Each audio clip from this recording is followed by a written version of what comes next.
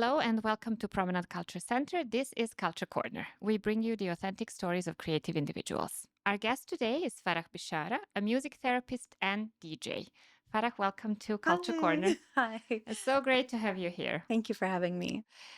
Given the fact that I've just said that you are a music therapist and we haven't spoken about that in this podcast remotely close Mhm. to the topic, I'd like us to dive into it immediately and ask you, as an expert and a professional, what is music therapy, and what it represents for you in your work right now. Oh, wow. That's A a big little loaded question. question. We will speak throughout this whole episode about it. Sure. Music therapy is, just exactly what it sounds like. It's therapy through using musical methods to help people with stress, anxiety, any cognitive issues, neurological disorders, physical issues. Like there's a lot of things that, people experience in their lifetime, whether it's emotional, physical, or neurological, mental. And we use musical methods to help them overcome or help them develop in a more positive way. Using methods like singing, playing an instrument, or jamming together, or playing musical games. There's so many different techniques that kids and adults love alike that we can employ as music therapists to help them achieve certain I've read goals. some research, some surveys recently, and even though I believe this is not new, but we get to know more and more about the benefits of music therapy, and I have so many questions on my mind, but I want to see of how much of music that we seem to be sort of leaving behind in education is actually something that's also very necessary from early ages, up to the point where you as a professional use it to treat various illnesses or diseases or states of patients. It's a very interesting question because not a lot of people give music or music education the weight that it deserves. I grew up taking music classes. I was in band class. I played instruments. I was in part of my school orchestra, and even in college, I continued playing. So music education was such an instrumental, no pun intended, part of my life, and I understand the benefits because I know what makes me feel excited and what makes me feel relaxed and what makes me feel productive. And there's so many aspects to music in itself, let alone dissecting music and the notes and the keys and how they affect our emotional well-being or how stressed we are. And I feel like a lot of people would benefit from that kind of knowledge if they understood how important music is to your emotional well-being. And being able to employ that in the work that I do is very exciting because there are a lot of things that we don't realize. When kids listen to music in a certain key, it could greatly impact their mood. It makes them super happy. It makes them sad. I have a welcome song that I play for my kids when I see them. And I've tried playing it in different keys just to see how they respond. And there's one key that they go wild for, and there's others that are just, okay, she's here, we're doing our thing. So it does affect your mood. And I feel like music education, not just in a sense of being classically trained, but also understanding the emotional and psychological benefits of music is so important. And if I could implement that in every school curriculum, I would. Oh, I believe I grew up in a home where music was not a big part of our lives. But I love that my parents, when they realized that I have some sort of an interest in it or in anything else that we wanted to do, and that was not something that they did in their lives, they would support us, me and my brother. So I made sure that my kids go through some sort of classical training. Okay. But also, fortunately, we live in a home where music is very important part of our life. So you can hear our youngest kid like humming David Bowie when taking a shower, or singing something completely different when we're driving in the car and so on. And then I realized, okay, so we got to that point where it's an inevitable part of our lives, and we use it to sort of support ourselves during the day, or enjoy a joint moment I and love so that. on. Yeah, I think in schools we're not where I would want it to be. Oh no, not at all. Yeah. I actually really dislike the fact that music is an elective Mm. versus, part of a core curriculum, because music is math, music is science, music is language, it's everything. And once you realize how integral it is as part of a solid curriculum at school, you would make it part of the core curriculum. I have made it my job to persuade people that culture is important and that art is important. And some doctors prescribe you going to the woods or going to the museums to support yourself. I'm still baffled that art and music are seen as, not important subjects compared to sciences or even languages and so on. So, yeah, well, there's a number of us who still, believe you cannot, culture and music, they give you opportunity to work together, to understand diversity, to move forward and so on. So, now that we've spoken of that, how much is music therapy developed in Kuwait?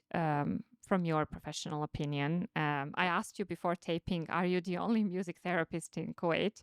And I am interested in this and how much you are now part of local hospitals and hospices. Okay, so I do work in a children's hospice. I work at Bayt Abdullah Children's Hospice.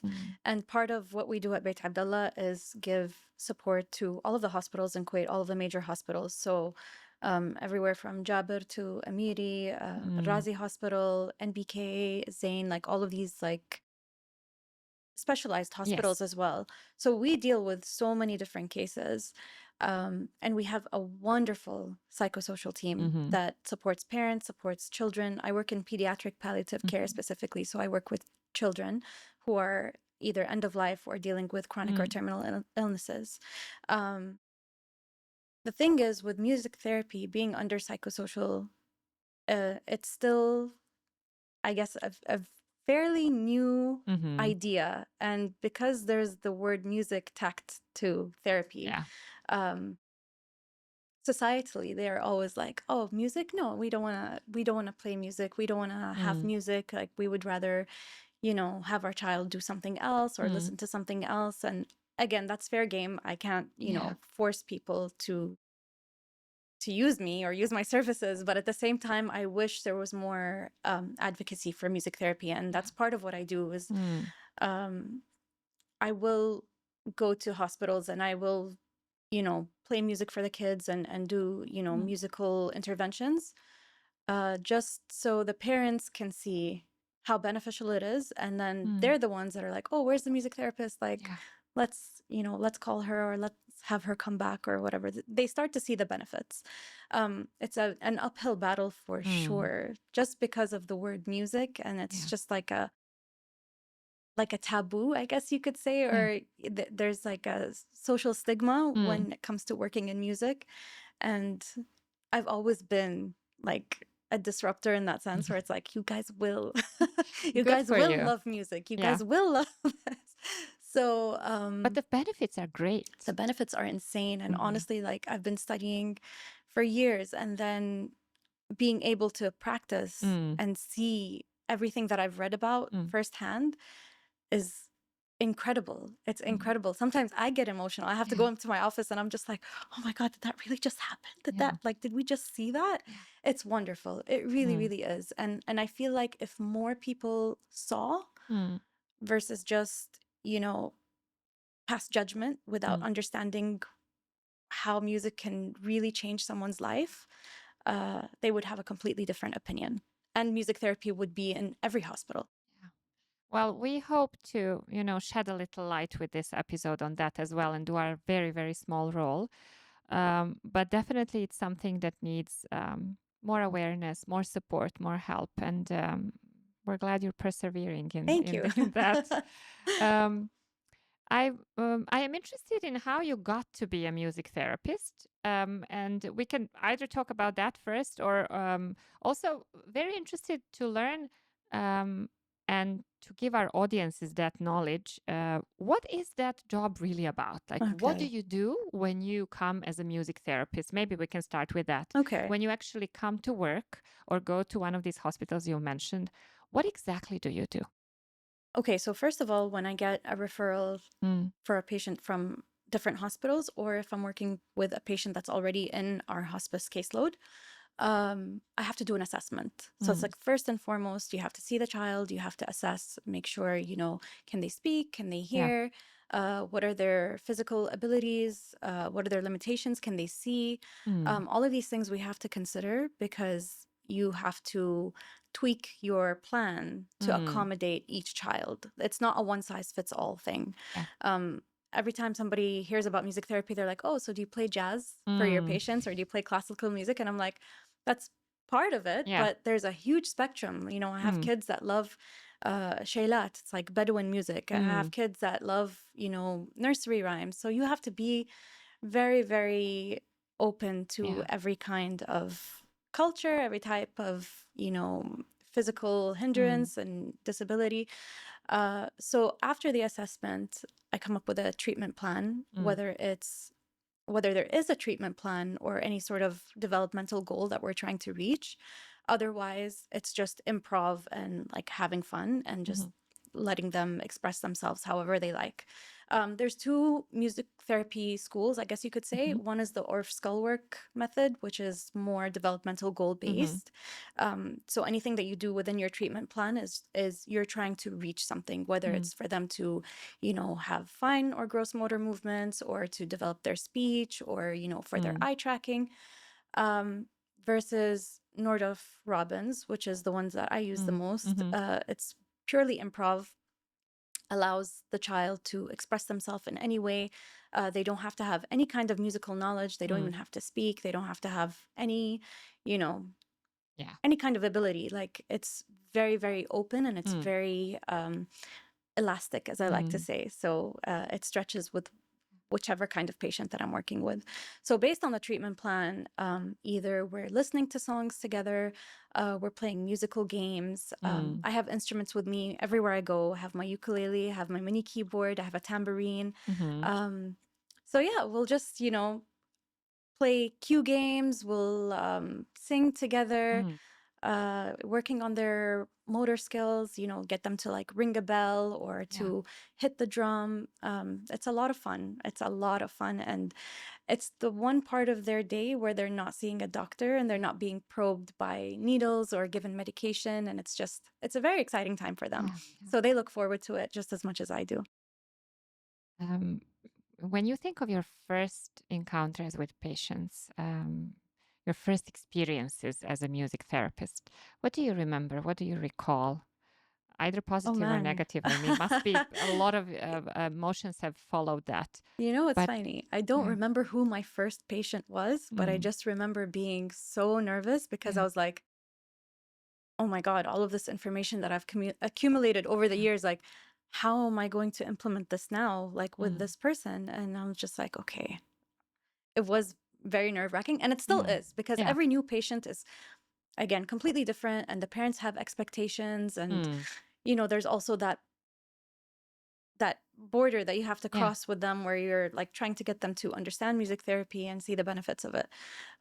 So it's always a challenge, but yeah, as soon as I see a response, because mm, again, you want to connect with these kids. You're not yeah, there to like, shake them and get something out of them and yeah, be like, why aren't you doing this? Like you didn't play that note correctly. It's not like that at all. yeah, As soon as you get this sort of connection with them, that's when everything dissipates and you're like, ah, okay, this is why we do this. Like yeah, we're building a bond, and regardless of how the mm, treatment plan goes, we've already established this connection, yeah. and it's something they'll never forget, something I'll never forget. Yeah, it's great. Um, in such a delicate relationship that you have Mhm. with patients, where you come to do some sort of therapy, but also support and console a patient in a Mhm. way. How are results measured? What are results actually? What are the expectations? I'm sure it varies from one Mm. case to another. Yeah, definitely. But how do you measure that, for instance? I keep A data sheet. So with a lot of my patients, I keep track of, whether they're progressing or deteriorating in any other way. And I work alongside, a speech therapist, an occupational therapist. So we're And I'm doing sure music therapy is a part of the general assessment, their response to music totally. therapy. Yeah, totally. Some kids don't respond at all, believe it or not. And then some others, can't wait to hold an instrument and just shake it and move things around. For some of them, is it the first exposure to music? Yes. Which is, I think, one of the most interesting parts of the job is, a lot of these families come from, I don't want to say lesser educated, but they're not as exposed to culture or the arts because it's not an integral part of their, educational background or their cultural background.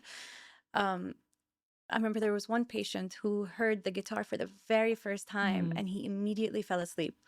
He was like, he had the smile on his face and he just like passed out. And I'm like, wow. And his mom told me, yeah, this is the first time he's ever heard a sound like this in his life. How incredible is that? Yeah. And it's so nice to see that it has such a positive response because, some people would have adverse reactions, they'd freak out and like, what is that? Or that's too loud. Or some people get, how do they say? They react negatively to vibrations. So even like certain methods of touch will, trigger something in them and, they'll start to, have seizures or spasm. So we have to take all of these things into account. But seeing these positive responses, I'm like, wow, this is so cool. Like they've never played a piano ever in their life and they're just having so much fun making melodies and And how long do these sessions take? I'm sure they differ, but what is the time that you feel is the right amount of time to spend with them? So for me personally, there's never enough time. There's never enough time. I could sit with some patients for hours because we're just having so much fun and, they're happy. And I don't want to be like, hey, by the way, time's up. Like I gotta go. I'm allotted 30 minutes per session, which sounds short. It's very, very short. And as soon as you start to see them like really get into it, it's like, okay, time's up. We gotta go. So I try to see my patients more than once a week, just so that they're used to our sessions and our time together and they feel like not a lot of time has passed so that they don't forget the things that we've already done if we're working on, again, developmental goals. So gross motor movements, I have, a patient who couldn't even clap his hands is now like touching his head and his shoulders and it's so wonderful to see.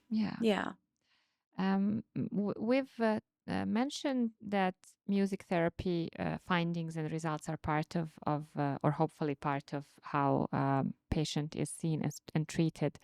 But I am interested, like more in depth on how much these results or findings affect what's happening with the patient or how many more sessions you will be allotted with the patient. And is this part of that effort to make it more recognized and more important in how we're treating patients in pediatric hospitals? How much are you asked for opinions and how much is it valued? Honestly, not a lot, to be honest. Well, at this point. At this point, it's going to change. Definitely. No, it must. There are certain hospitals and doctors and key workers that I've worked with that are huge advocates of music therapy. And again, they see the benefits of what I do. And sometimes I get called not through, the hospice that I work at, like not even through them. I'll get a personal call and be like, hey, we have somebody that we really want you to see. There's no certain like time span of like, okay, we're only going to do 5 sessions and by then, things should be okay and or whatever. Like I'll see them. Because you're continuously following a patient that is being treated for something, right? As long as they're there. As long as they're there, as long as I have, access to them, we're going to do sessions. Well, I mean, I love the energy behind this. They sound aggressive. Like no, we're gonna do the sessions. Absolutely not. Absolutely not. I feel I live with a health worker, so I know how challenging things can get in a system that needs decisions to be made and then, but prior to that, advocated for. Yeah. But that's also part of your job, advocating for what you do, which is amazing. Um, because I'm asking you so much about how your opinion is valued and is it taken like very seriously in treating patients and so on. I think it's a good time to speak about what kind of education you had to get to become a music therapist. And is this something that's easily accessed here in Kuwait, or you've mentioned years of becoming prior to becoming a music therapist? Can you share more about that? And also, part of that is why a music therapist. We know you. I think Kuwait, you're a famous person around here. People Oh know God, about I this hate that name. word. You are. I mean, if from various alleys of life, people know about you because you've built a name for yourself, and now this is something new. We see you in a new light. After these years of education you've devoted to that. So I am curious about the educational path and also the change. When did this come? And Okay. yeah. I mean, the change came at a very personal time that I was going through. DJing, I've been DJing for, wow, I want to say almost 13 years now. And I was a full-time DJ. A lot of people know that, like, that was, my bread and butter. I would work with so many different companies and brands, and I really worked hard to make a name for myself. And then at some point, I realized it was a very ego-driven profession. There's a lot of, self-serving when it comes to DJing, and it's always like, how am I perceived? How you look in photos, like how good was your set? It's nothing to do with giving back and making a real impact. And that's always been the crux of what I've wanted to do in my life. But I've always wanted to do it through music. And it's so funny, like, it came at a very personal time where we were dealing with someone who was sick in the family. And when he was in the hospital, I used to play music for him. It was the songs that we really loved and enjoyed. And from a person who was comatose, seeing their head turn from left to right, I'm like, wait, is this a thing? Like, am I getting some sort of response out of somebody who, otherwise is not moving and not cognitive aware? Like, what's happening? So with time, I read more and more about it, and I realized that music therapy is a thing. And I was like, wow, wouldn't it be so cool to study this and like actually make this part of, like another tool in my tool bag, like I know music therapy, like I've studied it, and I'm ready to implement it. And yeah, it was just super, super interesting to me, like the neurological aspect to it, the even the musical aspect. There was a lot of things that I, as somebody who was classically trained throughout my schooling years, to learn new things. And I'm just like, whoa, like that's so cool. Like, really? Does the human body respond to it in this way? And I was learning about the brain and, how music affects the brain and all of the different lobes, and how, it affects your nervous system. And it was just so insanely interesting. And I was like, there is no way that I could just, learn all of this and keep it to myself. Yeah. So I knew there was a music therapist here in Kuwait, and I had emailed her and I was like, I love what you're doing. I just finished studying. Like, I would love to shadow you, like, just to see how it's like. A lot of things happened, blah, blah, blah. Like, it didn't work out. And then I ended up volunteering at Bayt Abdullah, giving music sessions. I was like, I would love to work with the kids, like, just as a volunteer. Yeah. And then one day they called me and they're like, hey, like, would you like a job? And I'm like, yeah. really? Like, as a music therapist? Like, I can actually call myself that? That's so cool. Yeah. But yeah, studying was just insane. I had to do That was outside Kuwait? I had to do it online because it was during COVID times and, all the things after that. And I was like, is it safe for me to travel and spend years abroad and whatever? So I did it through the Berklee College of Music in Boston. And my professors till this day, like most wonderful, most supportive. I got to meet one of my professors last year, and I told her like, oh my God, you changed my life, actually changed my life. Yeah, it's been a very interesting shift, like from DJing to music therapy. But in a sense, DJing is also a form of music therapy when you think about it. Like you're curating an experience, a musical experience for someone to enjoy, and it could take them on an emotional journey, like through happiness, sadness, like euphoria, regret, like so many different things depending on how you structure your set. And it's kind of like a treatment plan, so I try to mirror it in that way, but I always want to see it as something I do to give back in any sort of way. And I want to remove the egotistical aspect of everything that I do, even music therapy, because they're always like, why don't you take videos and post and stuff? And I'm like, I do want to advocate, but at the same time, it's a weird grayish line between. I don't want to exploit, sick children for the sake of advocacy. Yeah. So No, it's a very advocacy, slippery slope. It's supposed to happen outside social media, I Yeah, guess. exactly. Yeah. Yeah. But social media is like one of the greatest ways to advocate because everybody's watching you. Of course. Yeah. That's the difficult part of the job. Thank you for sharing this. Thank you. This with us. Such an amazing journey, actually, and Thank the you. shift you felt and how you acted upon it is really remarkable. Thank you. I would like to ask a little bit also about that other part of you, the may I say the musician also, and your DJing, and I'm just interested nowadays when you work full time as a music therapist, I guess, how much do you still do of your other passions? Oh God. And do you follow the local scene, music talents, what's going on? How you now make peace between these worlds? Oh my God. I actually, full transparency, had an existential crisis, I think last week.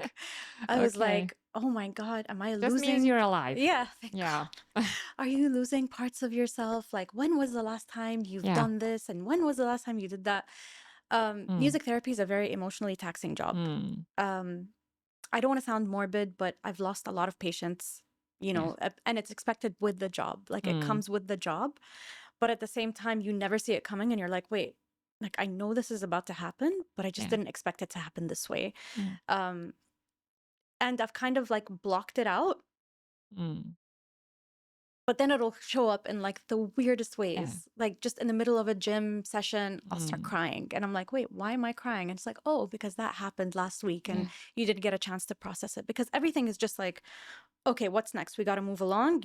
We gave the support when we can. We have to move along. And then I realized how imperative it is for me to continue doing other things that I enjoy. Like I have to be my own music therapist, so I still DJ.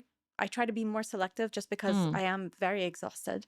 So I DJ still. I make time intentionally to play my instruments, to practice at home, to enjoy music and explore music and see what other musicians are doing and get inspired by them. It's very hard because a lot of the time you just feel so overstimulated and overwhelmed. There's so much happening around you and you're like, when do I have the time and the energy to absorb all of this and like really enjoy it? So which is why I took this week off to just like decompress. We're lucky to have you here during during your week off. Thank you for having me, Wallah. I've been really excited to talk about this because I just feel like anyone who's in the creative industry goes through this. They go through like I don't want to say it's like a creative burnout, but it also kind of is. It is because you have to keep showing up. Totally. So there's no rest and you have to always create from scratch, which is incredibly difficult. Yeah. Especially when the world is closing on you. Yeah. So, I mean, but at the same time, these are the ways to get out of when some atrocities started, we were discussing here at the center, are we to lessen the number of activities? No, we're to double them. Exactly. More culture, more art, more music, more anything that connects people, that elevates us, that heals us, so we can actually go back to the real world, as they call it. Even this world is very real. And sort of tackle it, with a new energy. I keep having to remind myself that regardless of how much emotional stress I'm under or mental stress, I have to do these things in order to find that escapism and to find that joy, because otherwise I'm just going to completely drown myself in things that, make me feel tired or make me feel sad. And, you have to truly find the joy in everything that you do, regardless of whether it's related to work or music or art or whatever it is. Yeah. I am interested in whether you can. We always ask this to all of our guests, if they can give some direction or a tip and trick to those who are now hearing this or will be hearing this conversation and thinking, okay, this is something for me, or I wish I would do this. So you said where you took the course and how it came for you personally. But in a specific setting as Kuwait is, where there's a scarce number, obviously, of music therapists, and it's still not recognized the way we hope it will be, what is the best direction to take if you're a young person interested in music and potentially music therapy? Okay, so I've always been a risk taker and throughout my career, I would say. And I've always seen the benefits of taking risks and diving in the deep end and doing things that are unconventional, because there's space for everyone.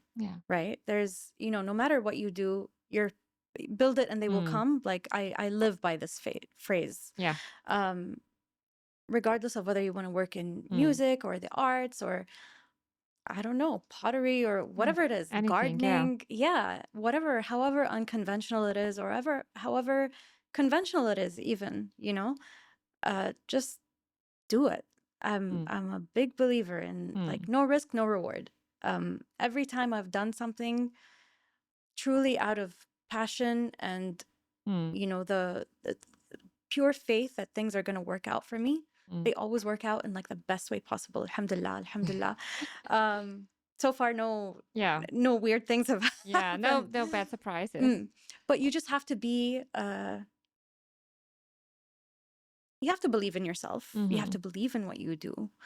Don't just do things for the sake of doing them and saying like, oh, I want to be known as this, or I want to be known as that.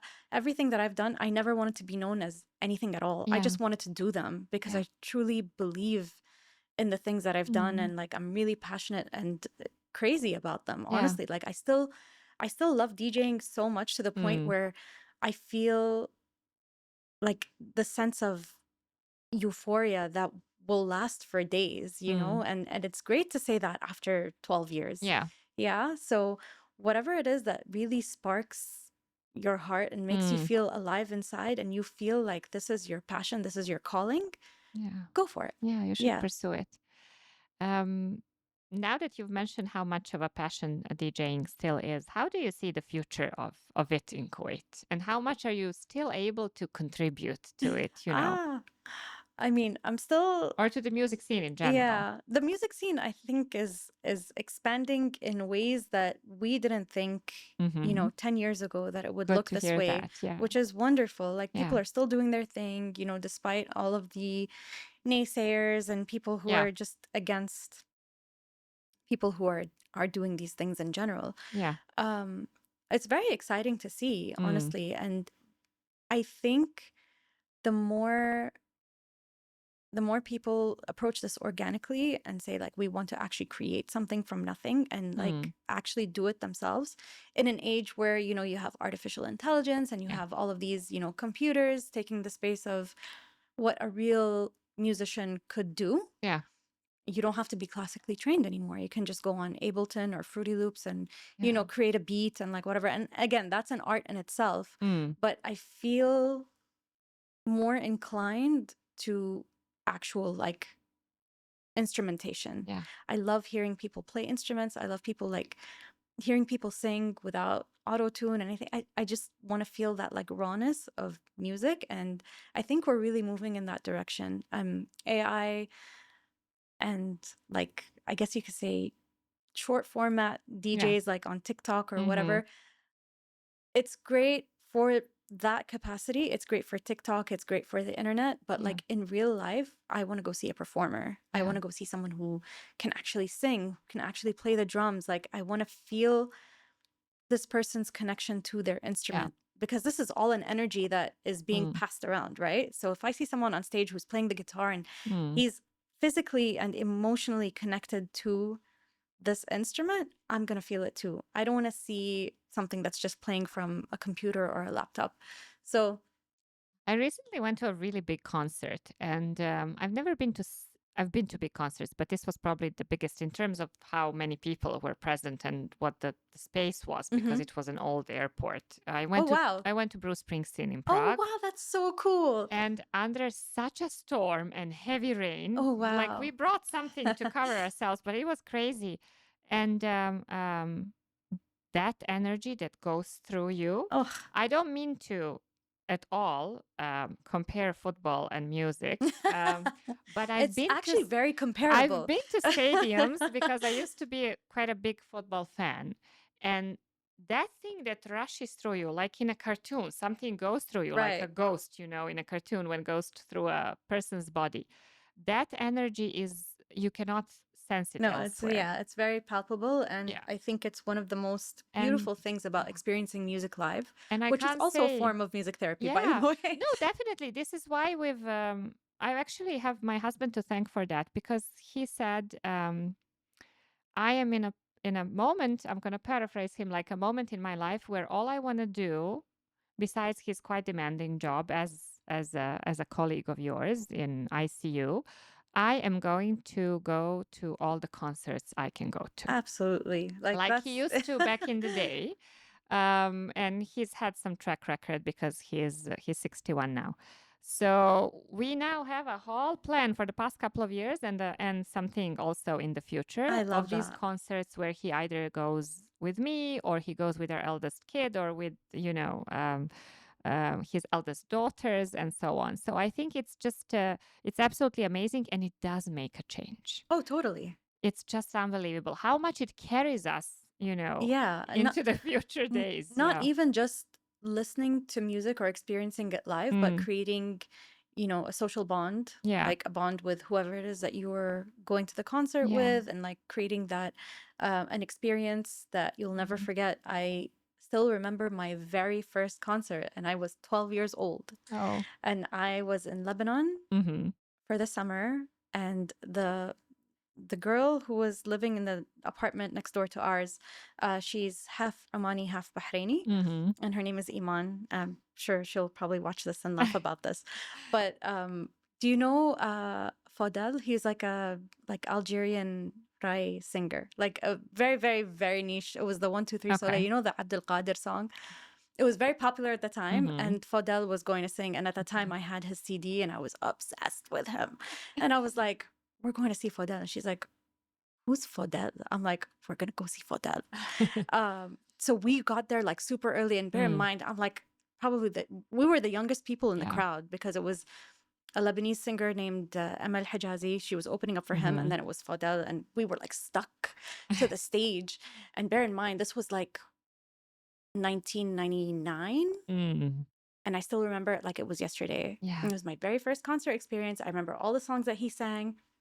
I remember I like stretched out my arm, and I'm like, Fadel, I love you. And he like grabbed my hand, and I'm like, oh my God. But these moments you never forget. Never, ever. It was a couple of months ago, I was revisiting his music, and I had posted something on Instagram about it. And I'm like, oh my God, like Fadel, I still remember my very first concert and this and that and blah, blah, blah. So he double tapped, like he saw the story, and I'm like, isn't that so strange that, wow, all of these years later, like more than 20 years later, like I have direct access to this person that I thought was just so like sort of a divine being. Right. And it's just so cool how times have changed. What a lovely story. Man. So I don't think I feel the music the same way you do, or many. I kind of envy people who do, because I can sense what it is, but I haven't reached that stage yet. Okay. But I love that I'm insisting on music for my children, and fortunately we have this original punk rocker in the house, so it's I love that. yes, it's covered. But I remember one very funny moment. So I was not a kid. I was actually a college student, or maybe even immediately after. So I was at least 22, 3, 4 years old when I went to leave. I was doing something within a small movie, and then to just leave a negative of tone to someone who is an expert who will be dealing with that and prepping it for this movie.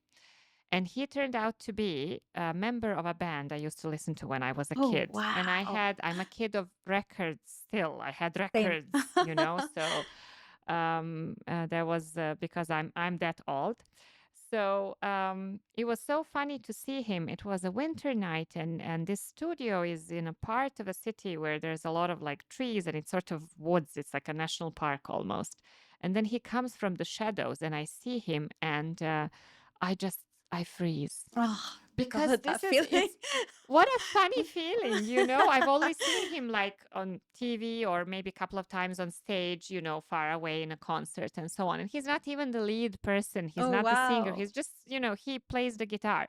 And this is his regular job. Of course, he's a normal person. He's not a mythical being, but at the same time, he is. And Right. I love that feeling for myself because it came suddenly, not something that's a usual part of my life. It was so elevated. Like I felt like I'm walking on clouds. Of course, I didn't say anything or nothing. No, you But didn't have a little fan moment where you're like, no, I was just frozen. oh, wow. I was with someone who managed to give that negative where it was supposed to be done. I just couldn't find my way back. And it was so funny. And I think my reaction, I realized that what I felt inside was that child listening to that music. Yeah, So definitely. I understand that correlation. Aw. Thank you for allowing me to share this. Thank you for sharing. That's it's awesome. just one of the funniest moments I've had, and a realization of how much space it holds. The Oh, music, what we completely. felt at the time. It's such a Yeah. huge part of our identity, and we don't Yeah. realize it. I'm a million different people because of all of the music that Yeah. I've Oh, that's beautifully absorbed said. throughout Yeah. my life. Like I listen to, Mexican music. I listen to Italian music. I listen to Khaliji music. I listen to and all of these artists that I've listened to have become facets of my personality. So I could shapeshift into, the person who's listening to Muhammad Abdu and like really enjoying his concerts versus somebody who's playing, Selena at the gym and like singing along in Spanish. Like it's such a huge, huge part of our being. And we don't realize until we have these moments that, you shared and I shared like in our life, or we experienced, where you're like, wow, this person just makes music. When you think of it objectively, they're just making music, but the music that they've made has touched my life in such a impacted us very greatly. deep way that it's become a part of who I am. And there's this person standing in front of me, like, how am I supposed to respond? Like, it's so cool. Tell us about your growth. You are so embedded in what you're doing, but I'm sure as any professional, you have to grow in various ways, whether it's more education or more experience or just sort of introducing different things in your work. How does it look for a music therapist? I mean, for the most part, because I work with a very specific type of patient category, not much has evolved in the year that I've been a music therapist. I do see a lot of things changing. Obviously, I work, between me and myself on, how I can develop my skills, what different instruments I can use, what different songs I can learn. And again, it varies from patient to patient. So I keep track of who I'm working with, what they enjoy, how can I, create a better connection with this person based on what they enjoy. So yeah, there's that.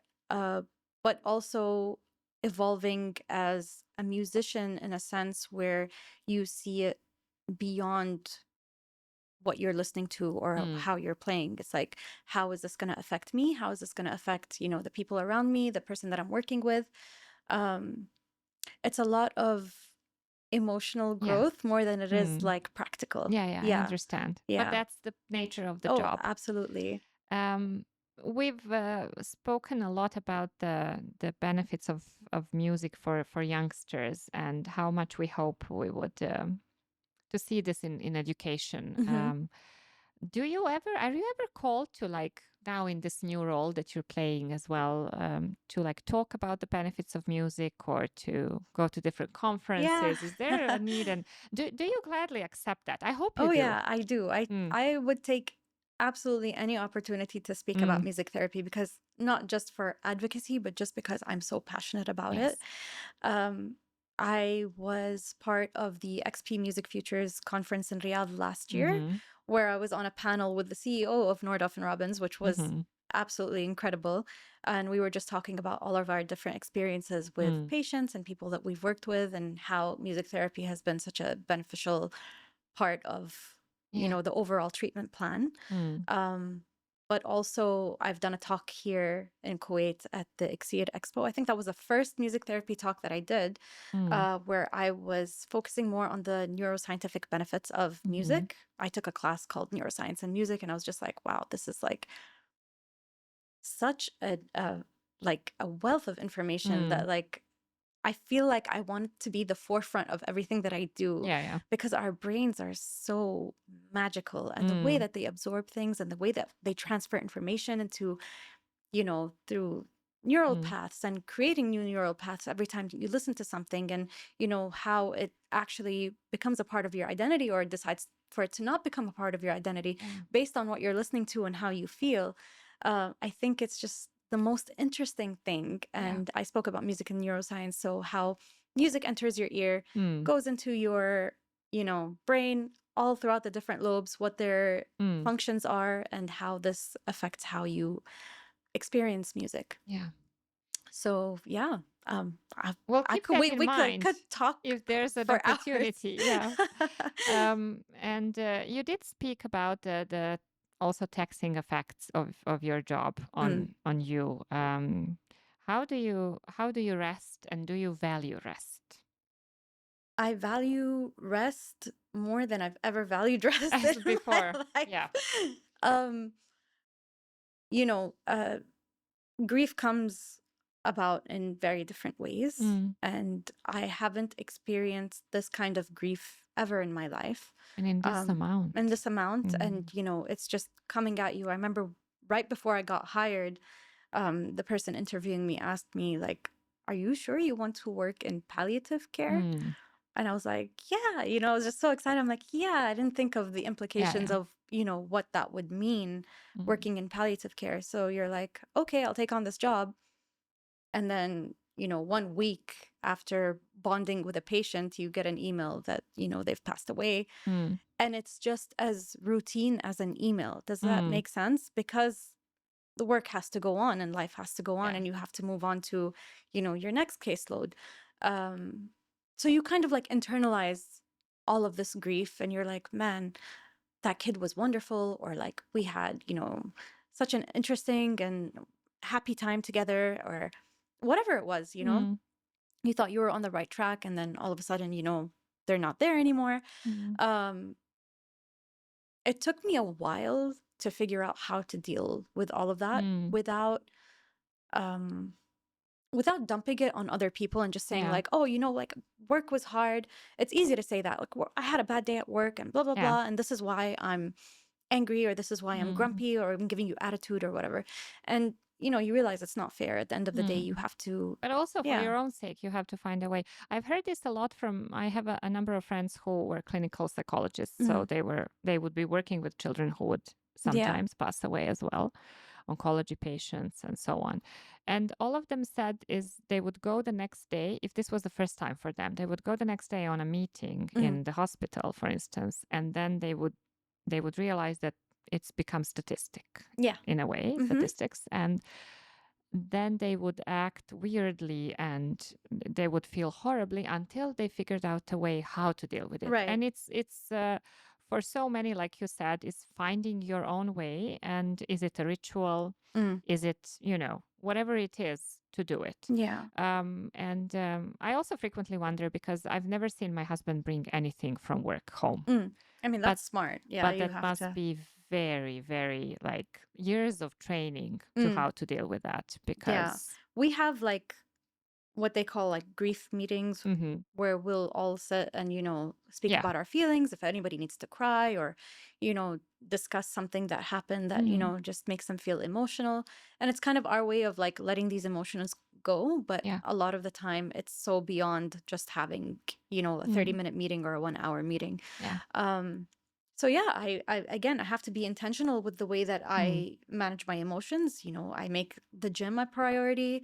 I make sure I get enough rest. I make sure, I go to therapy. I journal, take walks, speak to a friend, do a lot of things that, And with all of this, come back, better equipped to do your job again. Oh, totally. Because if at some point I did not deal with this and it was just like accumulation of, sadness and grief and all of these things, I wouldn't be able to do my job correctly. I wouldn't be a good daughter, friend, anything. Like I wouldn't feel like myself, and I wouldn't. Of course. And once you feel like you're not yourself, you can't just, No. you can't enjoy life. And part of no, that inner joy must exist. What about the future plans?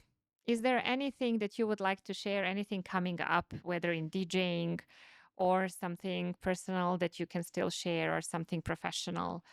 Or generally, how do you see plans as the concept? I mean, I've never really had a plan. So anytime somebody asks me like, what's your 5-year plan? I'm like, no, there's no such thing as 5-year plan. No. But the concept of like future, we're just kind of wondering. Sometimes people want to share if there's something coming up that, people can listen to or see, or maybe we can, catch you somewhere, or maybe it's just work. I mean, as of right now, it's just work and, reintroducing myself back to society as a DJ, because now I've just been so immersed in music therapy. I don't think you were forgotten. Okay, ever, I hope not. So, I hope not. But at the same time, reintroducing myself back to myself, and I think that's like the major plan. Okay, that is for the foreseeable plan. For the foreseeable future, is just really becoming the best version of myself so that I could give back in the best way possible. I mean, I do have like pipe dreams, you could say. Like I do want to open like an alternative therapies clinic at one point, where it's just focused on like music and the arts, and not just music therapy, but like also occupational therapy and speech therapy and all of these things combined. But again, that's like a pipe dream, and who knows, maybe it'll happen, maybe it now won't. that it is out like this, don't hold me accountable, please. no, this is more like as a reminder. No accountability there. I mean, everything that I've spoken into existence has somehow happened. So maybe the next time we see each other, I'll tell you about my clinic. I am so happy we had this conversation. Thank you. And likewise. What an enlightening moment it was for me, and hopefully for those who will be listening Thank and watching. you so much. Thank you for your time. Thank you for having me. And we hope to see you very soon. Inshallah. Thanks, Farah. Thank you.